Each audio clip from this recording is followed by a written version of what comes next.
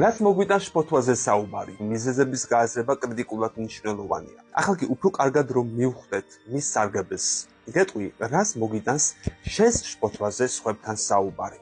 პირველ რიგში გათავისუფლდები ფიზიკური ან სომატური სიმპტომებისგან. დაგიბრუნდება ასე საჭირო კონცენტრაციის უნარი. აღიდგება შემოქმედებითი ხედვა და გაგიახლება სიცოცხლის სურვილი. უფრო კონკრეტულად, ფიზიკური სიმპტომებისგან გათავისუფლება. შფოთვა არის განცდა, რომელიც გეუფლება, როცა რაღაცაზე ღელავ ან გეშინია. ეს არის შიშის ან პანიკის ბუნებრივი ადამიანური შეგრძნება. შფოთვის გადავლის შემდეგ ჩვენ როგორც წესი მშვიდდებით და თავს უკეთ ვგრძნობთ. მცირე დოზით ნერვიულობა და შიში გვეხმარება უსაფრთხოების შენარჩუნებაში და გვიცავს რისკებისგან. მაგრამ ზოგჯერ შფოთვამ შეიძლება დაგვაჯეროს, რომ ყველაფერი იმაზე უარესადაა, ვიდრე რეალურად და შეიძლება ამ გრძნობამ სრულად მოგვიწვას. მუდმივმა ნერვიულობამ შეიძლება გახანგრძლივებული შფოთვა გამოიწვიოს. შფოთვის ზუსტი მიზეზების დადგენა ყოველთვის ადვილი არ არის. სტრესულ სიტუაციებში ჩვენს ტვინში განგაშის ზარი რეკავს. გვაცნობებს, რომ რაღაც არ არის კარგად და ამ პრობლემასთან გასამკლავებლად გვამზადებს.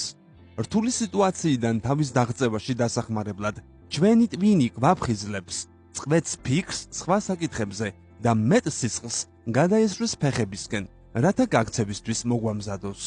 შფოთვის სიმპტომები ზოგჯერ საკმაოდ კომპლექსურია და შესაძლოა გამოვლინდეს სტრესული მოვლენებიდან დიდი ხნის გასვლის შემდეგაც.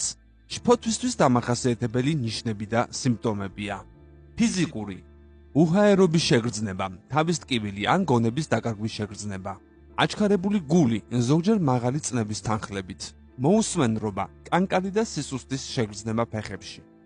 სისუსტის შეგრძნება კუჭში, შეტევითი ტკივილი, დიარეა ან ტუალეტში გასვლის ხშირი მოთხოვნილება. ძილის პრობლემები ან მადის დაქვეითება. პირის სიმშრალე, ჭარბი ოფლიანობა ან სიცხის შეგრძნება. ემოციური და ფსიქიკური. ფოკუსირების პრობლემა, კონცენტრაციის ნაკლებობა, პანიკის, ნერვიულობის ან გაღიზიანების შეგრძნება, გადატვირთულობის ან ძლიერი შიშის გრძნობა, კონტროლის დაკარგვის შეგრძნება, დაღლილობა და სიბრაზე, სიკვდილის შიში. შფოთვას ყველა განსხვავებულად განიცდის. ის, რომ კონკრეტულ სიტუაციაში სხვებზე მეტად ან ნაკლებად ვღელავთ, სრულიად ბუნებრივია. შფოთვა სხეულის დაძაბულობას იწვევს, თუმცა რა დროსაც ამ პროცესის გაცნობიერებას დაიწყებთ და სუნთქვაზე კონცენტრირდებით, ყველა ფიზიკური სიმპტომი მოგეხსნებათ. გამოიწერე კოდის YouTube არხი.